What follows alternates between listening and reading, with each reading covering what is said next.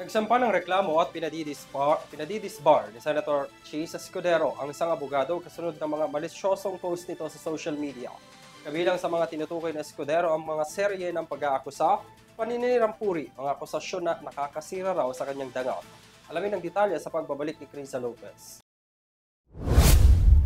Nais ni Senator Francis Chis Escudero na matanggalan ng lisensya ang isang abogado dahil sa mga malisyoso umano nitong post sa social media laban sa kanya. Batay sa ipinasang reklamo ni Escudero sa Korte Suprema nitong araw ng Lunes, inilahad niya ang patuloy na paglabag ni Jesus Nicanor Madarang Falsis III sa Code of Professional Responsibility and Accountability. Sa magkakaibang petsa, ang mga social media post ni Falsis naglalaman umano ang mga content nito ng pag-aakusa, paninirang puri, mga akusasyon na nakasisira ng dangal at mga malisyosong pahayag laban kay Escudero. Base sa post ni Falsis, napuna niya ang umano'y kritisismo ni Escudero sa House of Representatives kaugnay sa mga insertions at pork barrel, gayong sangkot din naman umano ang senador sa anomalya.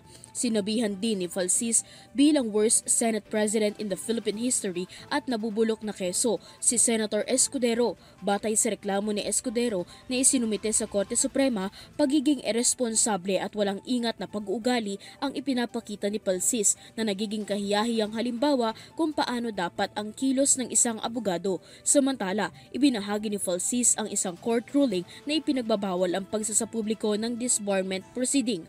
Para sa Hero TV News, Criza Lopez, sumasaludo sa bawat Pilipino.